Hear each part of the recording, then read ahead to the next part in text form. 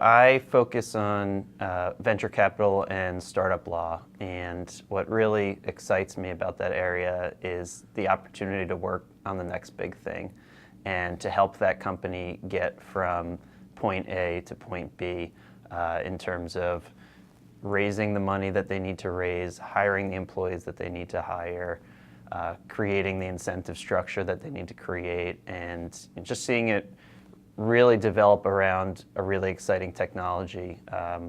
I have one client who's coming up with an early detection product for cancer, and that, to me, that helps me stay up late at night to help them raise that money, knowing that maybe I can have some impact on some person's life somewhere.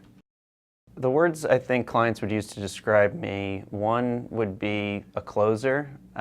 Once a transaction gets going, I'm always focused on how are we going to get to the finish line as, part of my thinking of the overall process. I think I'm different from, there are several types of lawyers out there who will get sort of bogged down in the minutia.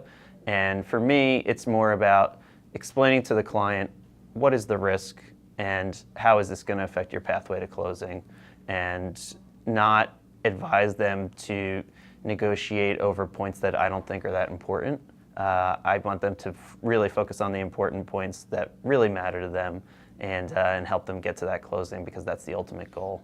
So that's one. Another word I would use is reliability.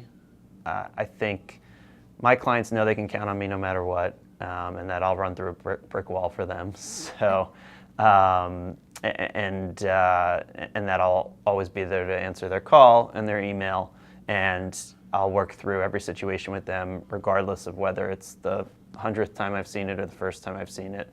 I'll help them get to the right answer, whether it's through me or whether it's through another lawyer here at McDonald Hopkins. So one thing I've been passionate about and I've worked on for the last few years is involvement with the Anti-Defamation League.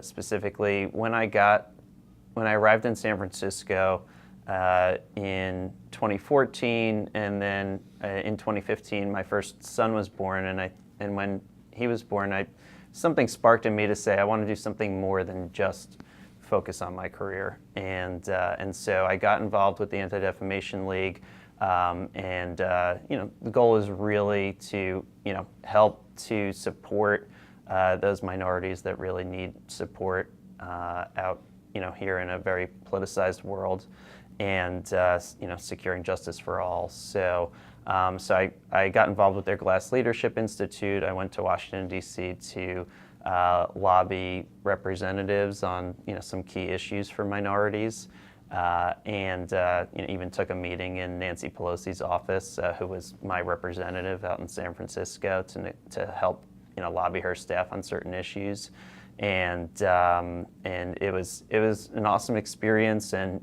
felt like I was really putting myself out there to do good for others, and then most of my personal time is my family. I've got a 3-year-old and a 1-year-old at home, and they're a handful. But they're amazing fun as well. So it's a lot of juggling, but I love it. I think that in venture capital and startup, it's really hard to find a firm that can both compete on cost efficiency and also combine it with full service know-how that you need. When you've got a growing company that eventually is going to have employment needs and tax needs and intellectual property needs and even real estate needs, and so your choices traditionally are either a big Silicon Valley law firm that charges the highest end rates, which doesn't really make sense for a bootstrapping startup, early stage startups, even before when they're in the Series A or Series B round. In my opinion, there are certain companies that may make sense for, but I think there's a real market out there for clients who are sort of looking for, who is at that right expertise and price point.